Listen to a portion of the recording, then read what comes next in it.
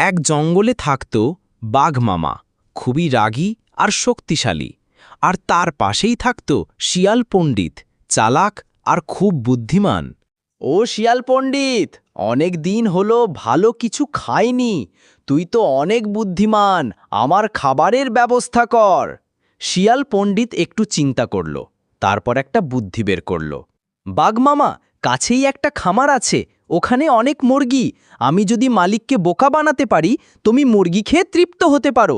তবে একটু বিপদের আশঙ্কা আছে। বিপদের কি আছে? আমি তো বনের রাজা। শিয়াল বাঘকে নিয়ে খামারের কাছে গেল। তুমি এই ঝোপের মধ্যে লুকিয়ে থাকো, আমি মালিককে ব্যস্ত রাখি, সুযোগ পেলে ঝাঁপিয়ে পড়ো। তারপর শিয়াল খামারের মালিকের সামনে গিয়ে আওয়াজ করল, ও মালিক, তোমার খামারে বড় বিপদ, বনের বাঘ তোমার মুরগি নিতে এসেছে। সঙ্গে সঙ্গে মালিক লাঠি আর কুকুর নিয়ে বেরিয়ে এলো। বাঘ মামা কিছু বোঝার আগেই কুকুরেরা এসে তাকে ঘিরে ফেলল। সে প্রাণ ভয়ে পালিয়ে গেল। তুই তো বলেছিলি আমি রাজা, এত বিপদে পড়লাম কেন? রাজা হলে যদি বুদ্ধি না থাকে, তাহলে শুধু শক্তি দিয়ে সব জয় করা যায় না মামা।